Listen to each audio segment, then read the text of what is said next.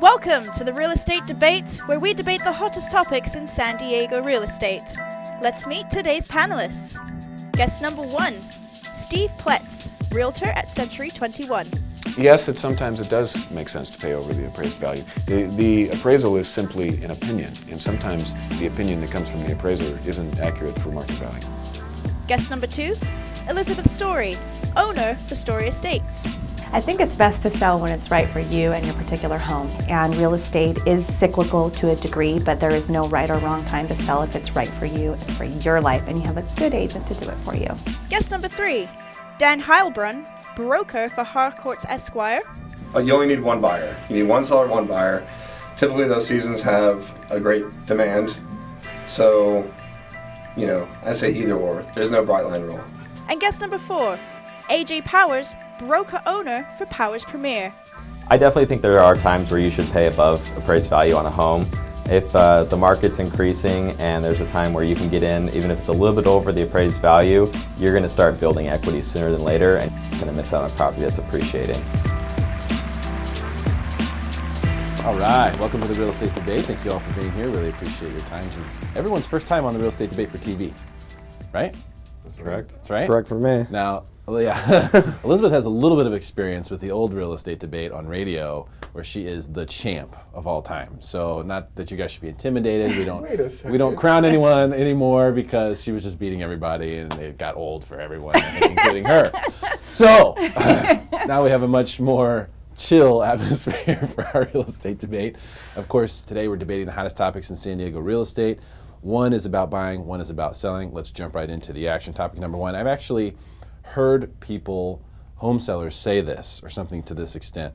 If you're trying to sell a home for top dollar, it's best to list in the springtime, take advantage of the hot summer season. After that, things slow down and sellers don't have as much luck. We're talking about timing the market. Do you agree with that statement or do you disagree, Steve Ploetz? No, I disagree with that statement. And I'll tell you why. It depends on the type of house. Some houses, yes, it's important that the demographic as to who's going to buy that house is going to be a family. So therefore, it's important to them that they purchase during the summer season when the kids are out of school. However, there are a lot of other demographics of buyers and investors and clients that are relocating. I think it's a terrible idea in order to wait. I mean, certainly there are pros and cons to all issues, but in San Diego, because of the weather and because of the ability that buyers can relocate, and Qualcomm and the Navy and everybody's bringing in people at all times of the year, if you go on the market in the wintertime, you're going to be just as competitive as during the summer. Okay, all right. Yeah. For the most part, I agree with you. You look at buyer behavior and you think about in the summertime or spring and summertime, you have a longer time to look at a house. The sun is out longer. People are out for summer program, their summer program. There's a lot of buyers that flood the market, but at the same time, if it was canon that everybody would sell a house, between May 1st and May 15th, then it would flood the market with inventory, and obviously that would be a terrible time to do it as well. In my experience, summer has been a good time to sell. Right now, I feel it's slowing down, but I think it's going to pick it up before the wintertime. And wintertime is not necessarily a great time to do it because people are thinking about Christmas and Thanksgiving.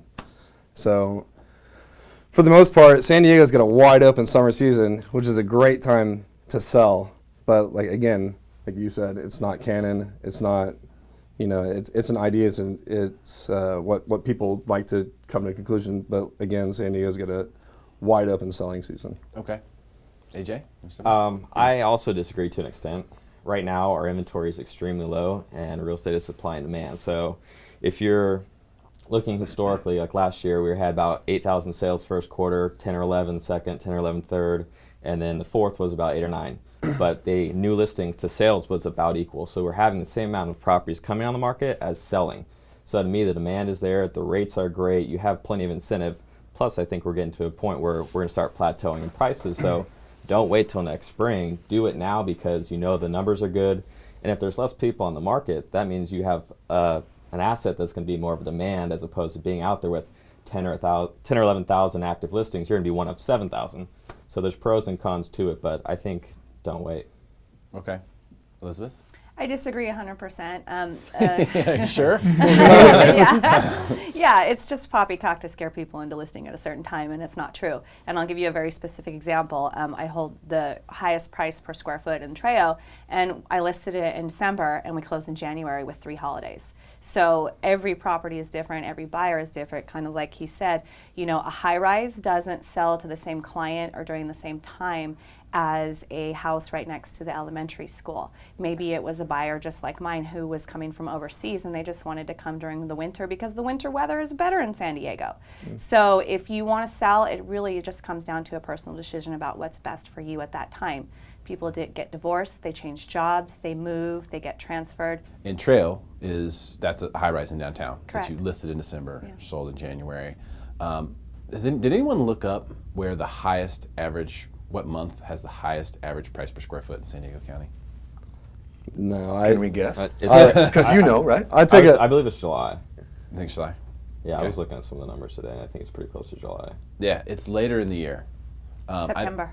Yeah, it's September or October. I can't remember one of the two, but which kind of makes sense because that's when these things are closing, and they're probably getting into escrow. Late summer, things like that. But in some areas, look up some zip codes. This is a really interesting stat to show your sellers. Look up some zip codes, and a lot of them that we've looked up, it's October, it's November sometimes where the highest price per square foot is. And that is a result of, I think, just lack of inventory, because a lot of those home sellers also come off the market, in the summertime if they don't sell their home or if they just can't get it together quick enough, they decide they're going to stay one more year, whatever it may be. So there's less inventory.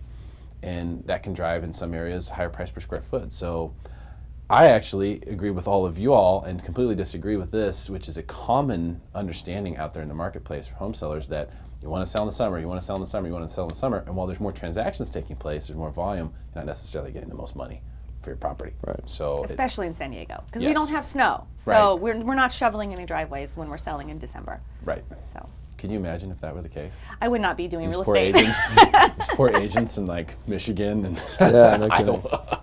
Hold on, I got this. That's why you do loans. It's already be in hard the enough to office. find a lockbox now. So All right, let's jump into topic number 2. This is for buyers. This one has come up a lot in recent times, and I know, Dan, you mentioned earlier things had slowed down recently a little bit. We've seen homes staying on the market a little bit longer, still really, really much a seller's market, but slowing down as in homes aren't selling in a week, they're selling in a month. Topic 2, agree or disagree. Elizabeth, we'll start with you. As a buyer, you should never pay above appraised value for a home, even if it's your dream home, because that is a recipe for long-term disaster. I disagree, and I will give you 3 specific examples. I sold a property on Highland Drive in Carlsbad. It was under contract for $1,075,000, and we had 2 backup offers. The appraisal came back at $975,000. We were in an inclining market. The most important thing I have to say about paying for over appraised value is inclining market.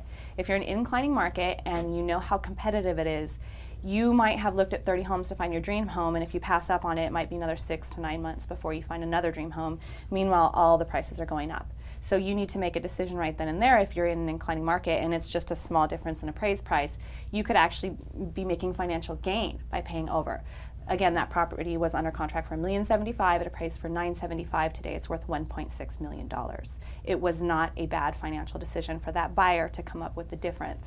I'll give you a second example in Encinitas. I had these clients who were looking. They really couldn't afford much. They finally found a property they could afford. It didn't appraise by $15,000.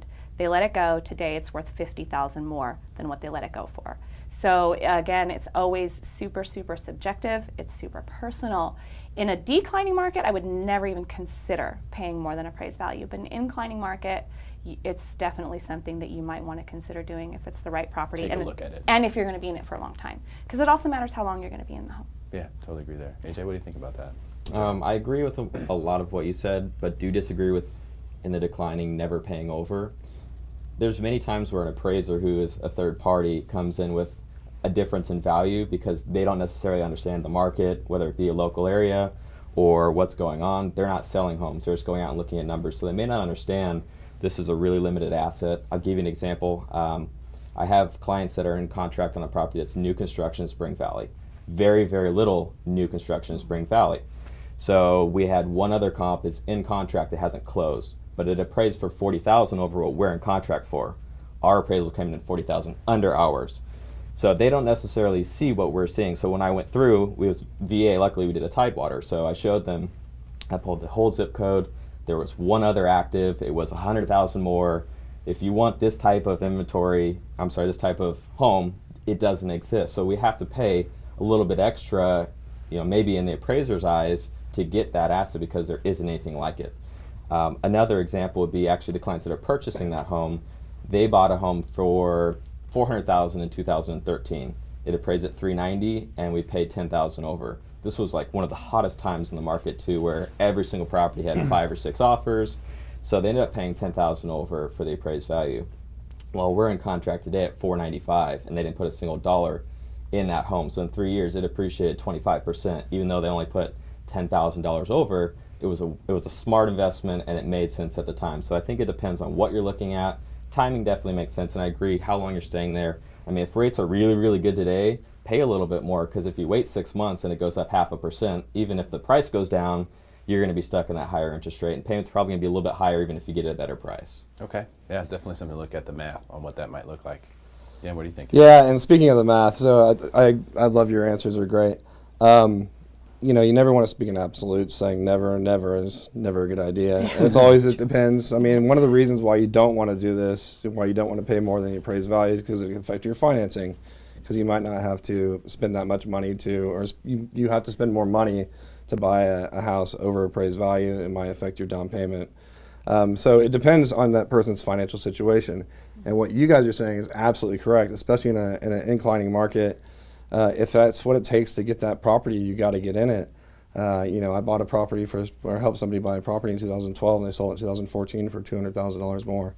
Would it be worth it for them to have paid $5,000 more? Absolutely. And sometimes, you find that house that you want, you have to, do what you can to get it. But again, it depends. It depends on the person's financial situation. Everybody's different. But it's also an interesting thing. If a house does appraise for under what you've offered, then you have an opportunity to negotiate. So it gives you that, because you have an out in your contract. If it doesn't come in at appraised value, you could actually go back to the seller and have this happen. So it might be a good idea as far as renegotiation. So, and another thing, what you said that I'd like to reiterate, sometimes the comps just aren't there. Yeah. Sometimes they're not close enough, and you have to guess. And with this market right now, sometimes you'll find a house for 1,700 square feet that is appraising or selling for $450, and something 500 square feet less that has appraised or comes in with comps like 30,000 under. It's just it's an awkward market, and you have to go and get what you want. Steve, what do you think? Well, a realtor is coming to an agreement on something, and I love it. I think that, to reiterate what they're saying, is an appraisal is an educated opinion of value. We have educated opinions of value, and buyers will have educated opinions of value. You do 3 different appraisals, you'll get 3 different numbers sometimes. I think the thing to recognize is that value is very tricky and very difficult to put an exact on for a house. What's the value of the 22nd floor versus the 14th floor? What's the value of granite countertops? What's the value of this view? Appraisers have algorithms, and they work within a confined restrictions of trying to figure out, well, I need 3 comps, and this one has a view, so my algorithm says that the view is worth $10,000. When in actuality, a view may be worth a lot more to a specific buyer, because residential real estate is bought and sold on emotion. Maybe there's somebody, we represent a buyer, and that buyer, all they want is a freaking view. Maybe we represent Scrooge McDuck, and he really wants the giant tomb that he can jump into with. I mean, all that stuff is really important to people. So I'm just saying that to an appraiser who's looking at numbers and trying to figure out and calculate it all, oftentimes it's very difficult. We've all given some examples. I'll give one very simple example. I represented a buyer this year where a property appraised low. It appraised so low that we were concerned that the whole deal wasn't going to work out. We tried to renegotiate with the seller. It was far too low. The buyer decided to change lenders and order a new appraisal. 10 days later, we got a new appraisal at a $60,000 difference. These are qualified, licensed appraisers giving their opinion of value, but it's still an opinion. So I think that in certain cases, it certainly makes sense in order to pay over I mean, depending on numbers. At the same time, I will say, it's important for a buyer to recognize that the easiest way that they can protect themselves, Elizabeth talked about an inclining or a declining market. What are we in now? Sometimes it's hard to tell. Seems like it's an inclining market, but there is always speculation of, well, are things turning? Are we propped up? The biggest way that you can protect yourself is not paying over the appraised value up front. Okay, yeah, and it's a very good question and a great segue into what I want to discuss next, because you're right, it's always an inclining market until it isn't anymore. And when that is, who knows? But that's what I think is kind of on the table right now. I mean, are we seeing a cyclical slowdown at this point in time? It seems like activity's slowed a little bit. It's still well within the seller's market, range, but this is what it would look like if it were going to go off the deep end. It would start like this, wouldn't it? So a lot of people out there are starting to go, oh, it's getting slow. Oh, I missed my best chance to sell, or whatever it may be. Anyone have an opinion on current state? If it's all right, I'll jump in. Go ahead. I heard you were jumping ready. I'll be quick. I think you have to look at the economic factors. Previously, we had economic factors that led to a change. Big short or all the inventory that flooded the market. We need to look at what are the reasons that we would see an influx of inventory. What would be the reasons we would see a change? In my opinion, there's only a couple. One is the election. No matter who gets elected, everybody is going to have kind of a wait-and-see attitude. It's unfair for me to say everybody, but the majority of consumers kind of have a, what's going to change? And how am I going to react to this? Let me wait and see what happens. So I think that'll impact some things. Our national debt, still in the trillions. And student loan debt, to me, is the next big thing for the millennials, for people that are coming up through jobs where they have to continually deal with those items. I think that the next presidential candidate is going to have to compete with a lot of those things and figuring out solutions to those. Otherwise, the inventory is far too low. There's not going to be enough inventory that's going to come on the market that's going to make a change. Okay. Take it away. Yeah. Buyer behavior, you have to look at buyer behavior, and right now people are going back to school.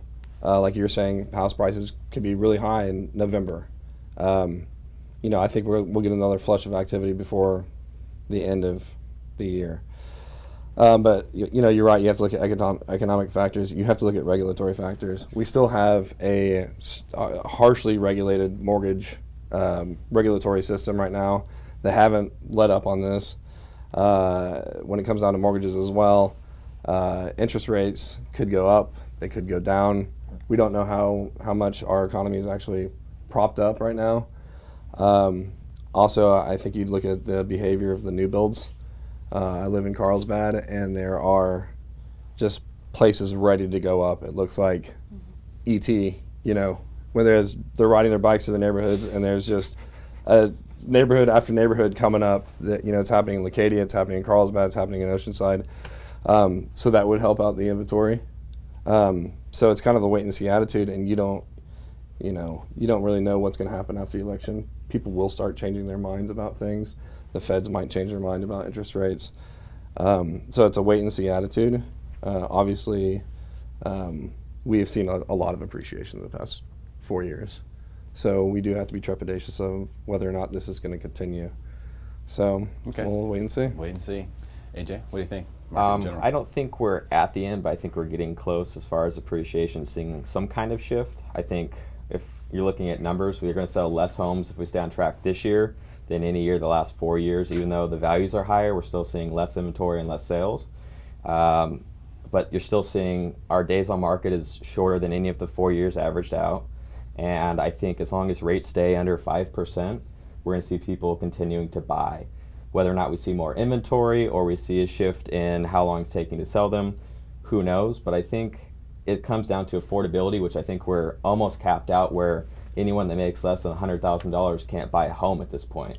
So at what point can we get higher and higher and higher and still have enough demand that those homes are going to sell for what they're selling for now or even more? So I think rates, I definitely agree election, but I don't think it's going to be as big of a deal as we're thinking it's going to be. So rates, I think number one, that's going to drive the market more than anything else. Okay. If we get up into the 5 or 6%, which is still historically great, but people are going to get scared away, and it's going to change what they can afford, and obviously that's going to change how much homes are selling for. Elizabeth, I know you have an opinion on this. Yes. I have an opinion on everything. Tell me. It's kind of a summary of what they said, and I want to kind of tie it up with a little cross-referencing points. Couple things that I want to make sure I talk about. Hyperlocal We're in San Diego. It's hyperlocal. We're near the water. They don't build more water, so we're always going to have a higher demand in San Diego than some other parts of the country. And also hyperlocal. He brought up Carlsbad, for an example. Carlsbad, old Carlsbad, 92008 specifically, in 2011 when it was about the bottom of the dip, they rebounded faster than almost any other zip in the county of San Diego.